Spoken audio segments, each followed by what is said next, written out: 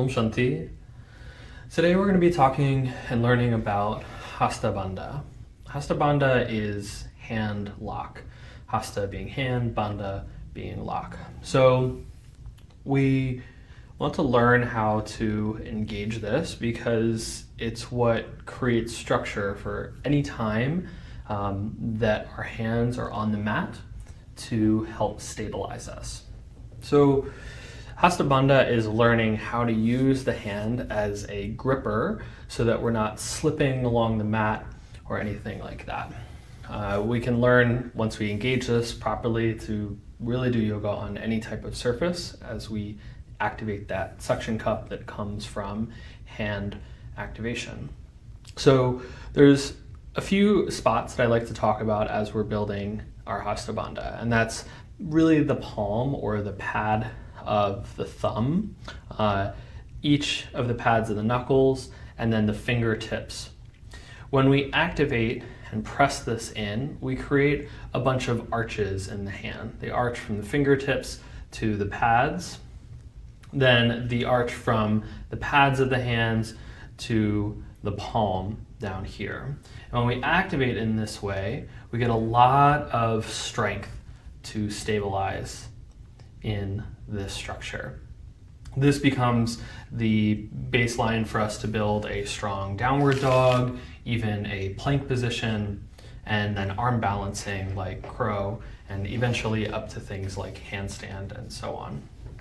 So beyond just using the hand, it is about activating the entirety of the arm. When I think about arm, it's not just from the shoulder to the hand, it's actually all the way to the midsection on the front and back side of the body. If we follow the trapezius muscle on the back side, it works from the middle spine up to the shoulder, and then all of the arm muscles extend outwards from there. So we can think about that activation from fingertip all the way back to core. On the front side, we move through the pec muscles.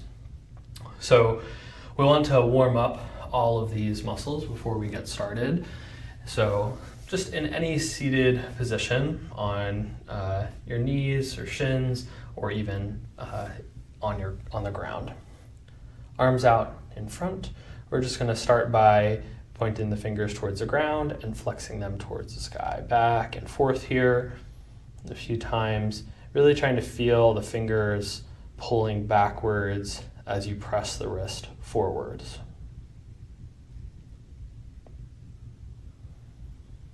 And then bringing the arms out, we're going to bring the thumb in, wrap the four fingers around, release the four fingers in, and then the thumb follows. Back and forth here. And try to feel the squeeze up into the forearms as we activate further up than just the hands.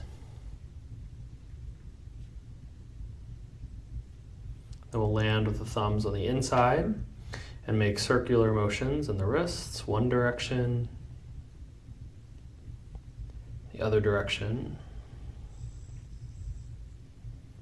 Release the hands, fingers to the insides, then the thumbs. Rotate one way, the other way, and then back to center. Move into the elbows, turn the palms up, touch the fingertips to the shoulders, and back out. Just a few times here, making sure the elbows are moving through their range of motion comfortably.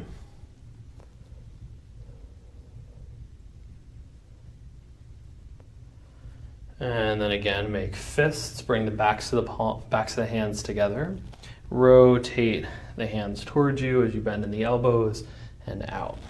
Do a few times in this direction, making big motion, feeling some pressure at the back of the hands as they press together.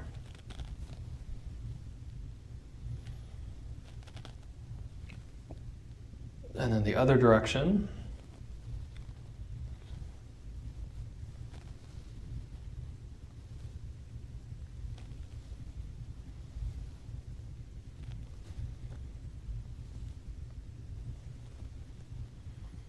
And then relax. Bring some attention to the shoulders, roll them together, up, back, and down.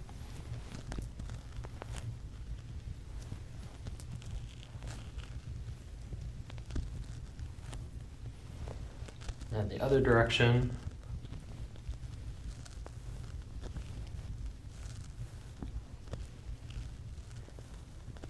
And then as if you're swimming backstroke, one follows the other.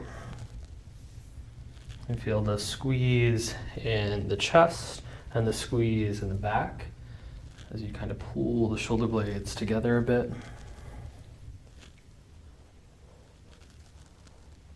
And then front stroke.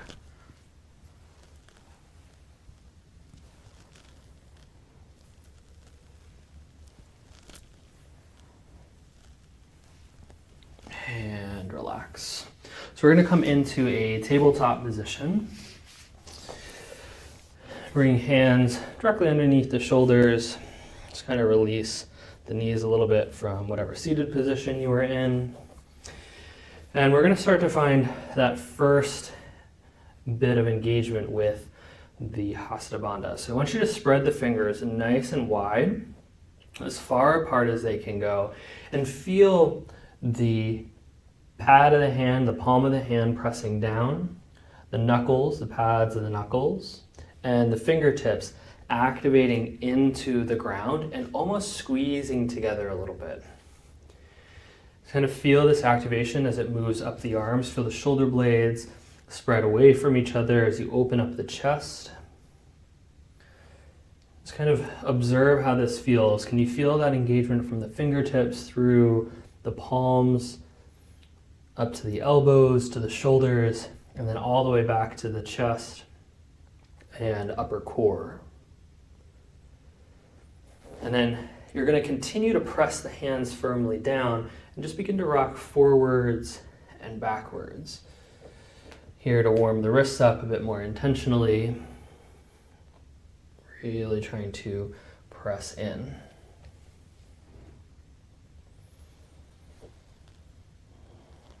And observe how that activation changes while you're pressing the hands down, pulling the fingertips towards the center of the hand, the palm of the hand to the center as well, getting that activation all the way up the arms.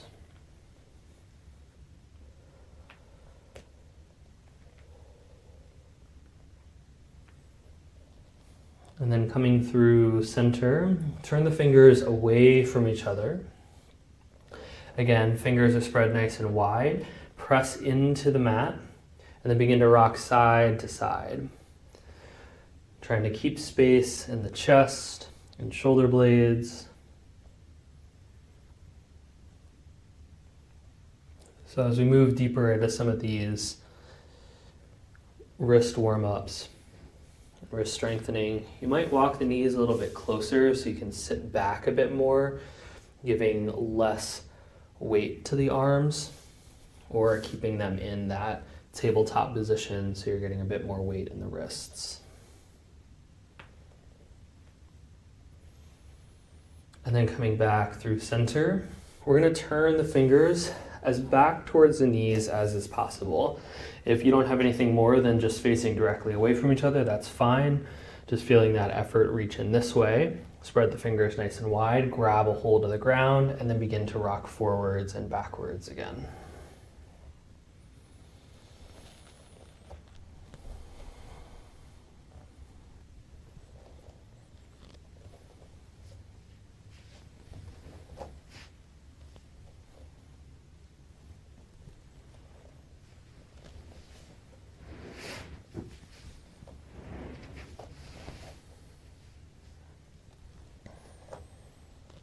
And then come back through center. You can sit back onto the shins, the hips, kind of release a bit. You want to give yourself a gentle massage up the forearms. We're going to be spending a decent amount of time on the hands today, so I want to make sure that everything is feeling ready for our next movement. If you need a break at any point, feel free to do so. Going to come back into that tabletop position, or knees a little bit closer if that's where you are at. And then pressing the four fingers, index to pinky finger, into the mat, we're going to lift the palm up, but feel the muscles pressing us up and lower down. We want to find as much control through this movement as possible. Continue to press the fingertips and the knuckles into the ground.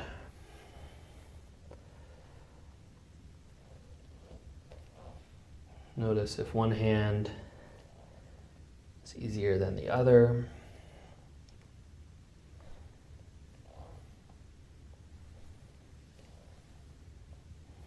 And then we'll release and turn the fingers backwards as you bring the palm up. Spread the fingers nice and wide.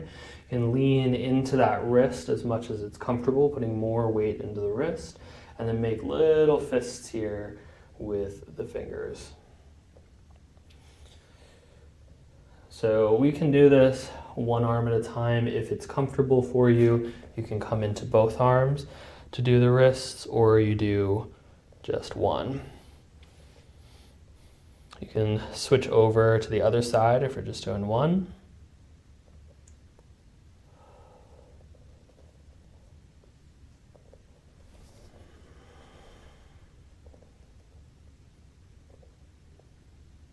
Trying to spread those fingers out as much as possible after making that little pathetic fist that we're making here. And then relax. Again, take the release. That's usually a pretty big one for the wrists. Coming back to tabletop. Here we're going to keep the pointer finger through ring finger on the mat. Just the tips of the fingers, the other two, the thumb and pinky finger, will lift off. We're pressing the fingers into the mat to lift the hands and then lower down. Notice this activation all the way up the arms.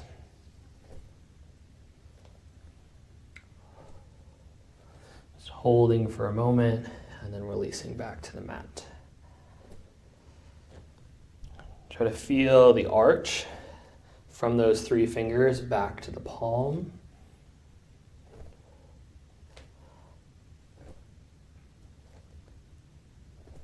One more, and release. From here, turn the fingers to face each other, and then roll up into a fist, and then back to the backs of the hands flat. Pressing in and releasing. Again, lock those knees in if you need to do a little bit less pressure on the hands.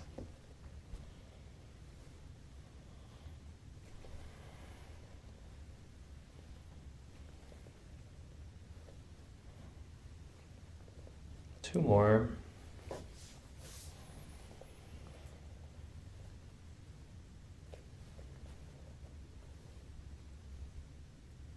And relax. Bring the forearms onto the ground. Make nice firm fists. Feel that pressure from the elbow to the outside of the hand. And then we're going to rock forward onto the tops of the fingers, rolling through each finger, almost rocking to the thumb, and then back to forearms on the ground. So sometimes keeping the fingers straight or bringing the fingertips all the way into the palm is going to be comfortable. You choose what works for you and adjust the knees to the position that is comfortable for you to get the right amount of engagement through the hands and up the arms.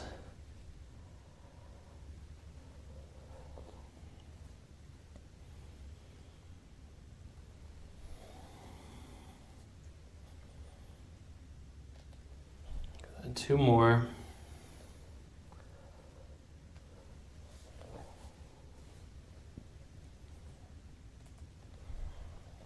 And release. Take any counter that you need to. Just kind of shake things out here. Give yourself a little massage if you need.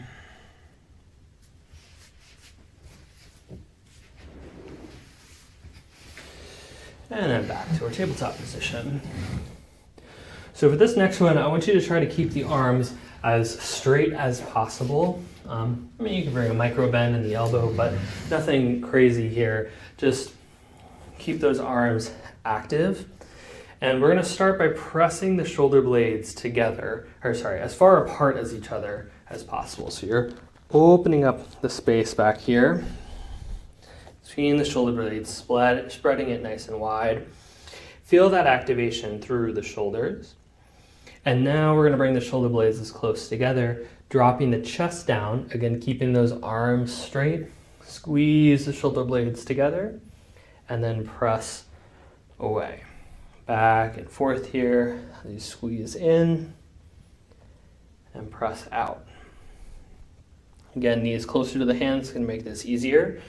If you want to really challenge yourself, you can make your way into a plank position to do the same thing. Lowering the chest down as you squeeze the shoulder blades together and out. 2 more of these.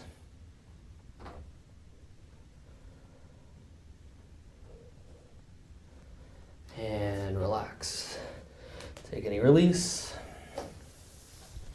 So those are scapular push-ups, really meant to help you feel how the shoulders can move in protraction and retraction. So you may even find that in a seated position, just reaching the hands forwards and backwards. Sometimes this can be a bit challenging for coordination to find a proper movement for those scapular push-ups. But in time, you'll start to be able to articulate through that movement a bit more. Back into your tabletop position for some knees, chest, chin push-ups. So knees, chest, chin is a pretty fundamental posture for my practice. We are basically coming into a cow pose, dropping the stomach down, pulling the chest and chin forward. And then we're going to drop the chest and chin straight towards the ground. Maybe it touches all the way down or it hovers off. And then you'll press back up. Okay? We're going to do about 10 of these, lowering down as much as it's comfortable and pressing back up. Feel the activation from the hands as you press into the earth the whole time you're making your way down, and then certainly as you're making your way back up. If you want to attach some breath to this, you exhale down and inhale up. To make this more challenging, you can hug the elbows close to the body while you do this, keeping them tight to the sides the whole time.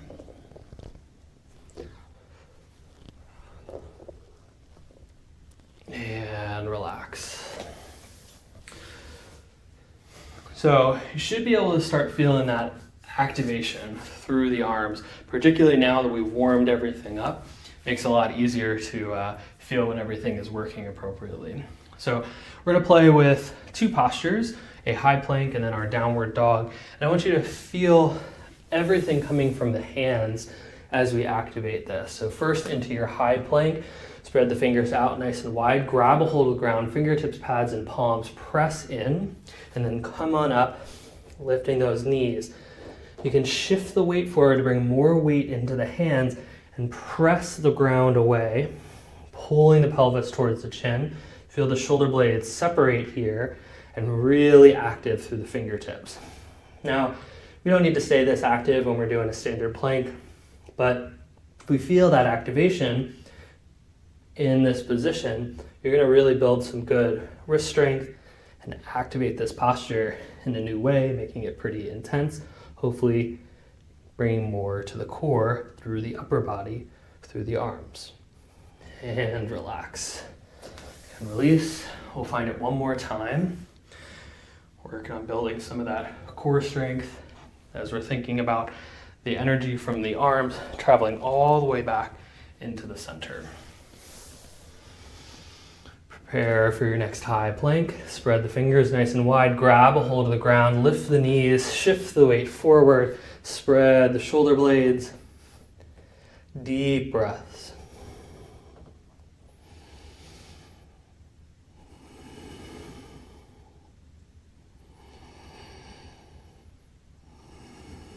Two more breaths.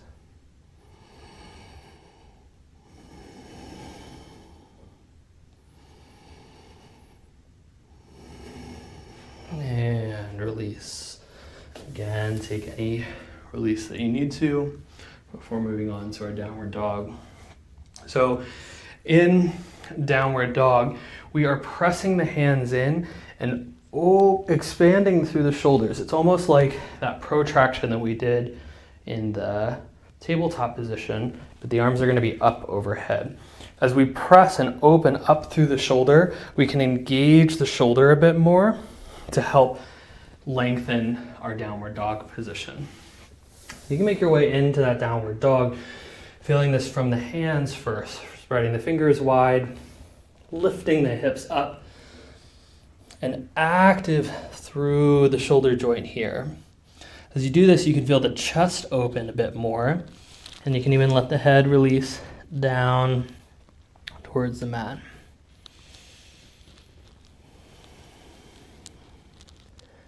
Finding some push-ups in this position, you release that tension in the shoulders, kind of dropping the head towards the hands just a little bit, and then press up and away, down and up. Do about 4 more of these, just really making sure that the shoulders are active in our downward dog. 1 more. And again, activate that downward dog. Press the hands in and open up through the shoulders. And feel this traveling all the way back to the center of the body.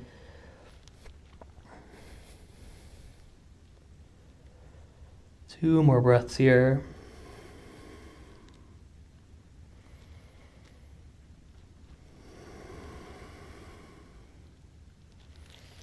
And you can drop down to a tabletop and release.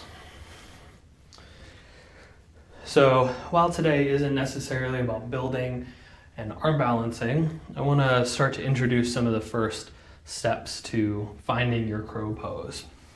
So we're going to come into Malasana Yogi Squat. If it's not comfortable for you, there's a few ways that you can modify to help make this a bit easier. So the toes are facing away from each other. We're striving to get the heels on the ground, but particularly for today, by raising the heels, maybe placing a blanket or something underneath them can make it a lot easier for you to play around in this posture. So we're first going to start with just finding one hand on the ground. And I want you to just kind of rock forwards and backwards and try to press the ground away. You can even come and lift the hips up, rocking back and forth, just feeling this activation all the way up the arms, and dropping the hips low. A little bit of playtime here today. You can kind of move side to side some as well. It's more about learning how the hand interacts through the weight moving in a different way. We start to bring more weight into that hand. How does that start to feel?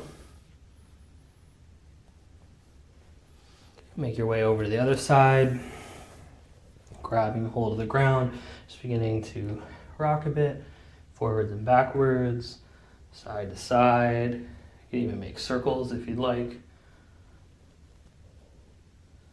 Lifting the hips up if that feels comfortable for you. Notice how the entirety of the arm responds to this movement. With the gaze, we can kind of look all the way down from the shoulders through the elbow to the wrist. Playing with lifting the hips up and doing some of the same movements.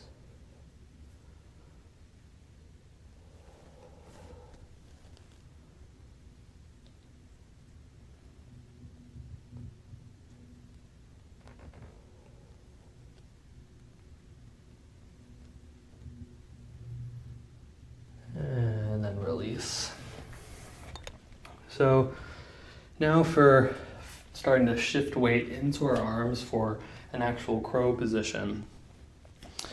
So for this, I like to bring you into a nice solid Malasana position to start with the arms reaching forward.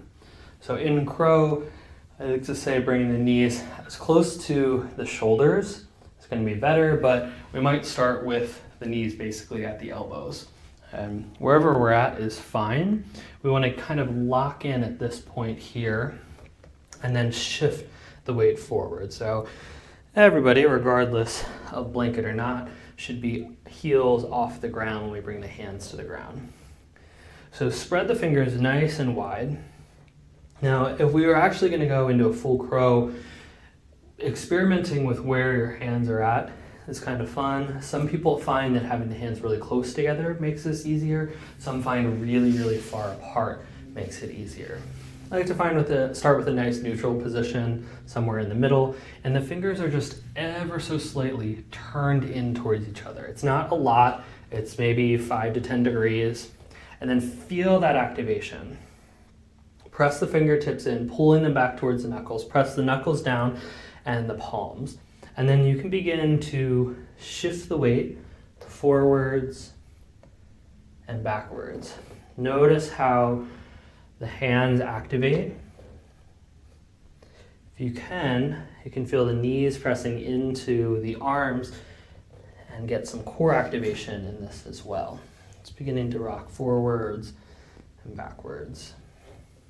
Now this is never one where we're going to rock side to side. So just worried about or focusing on that activation in the hands. How are you grabbing onto the mat? As you rock forward, maybe you rock forward and hold that position a bit more. So today I'd really like you to keep the feet on the ground.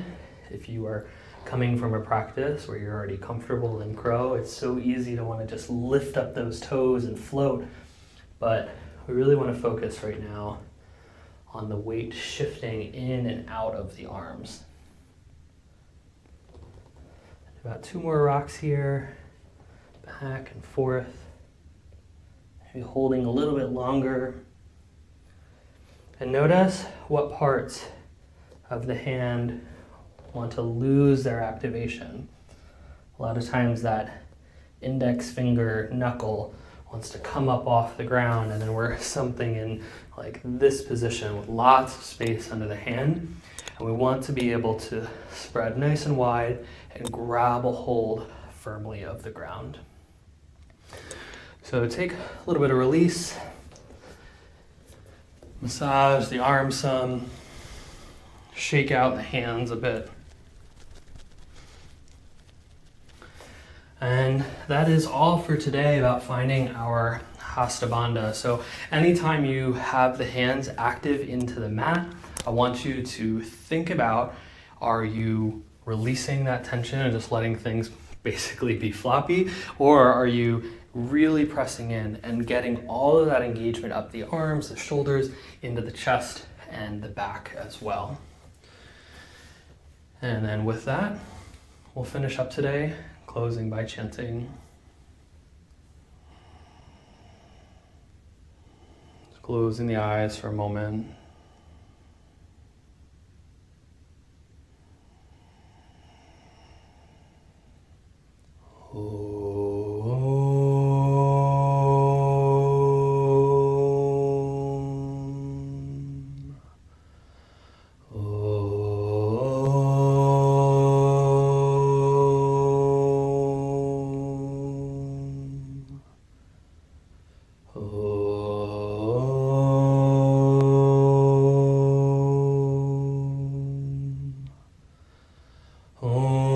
Shanti, Shanti, Shanti.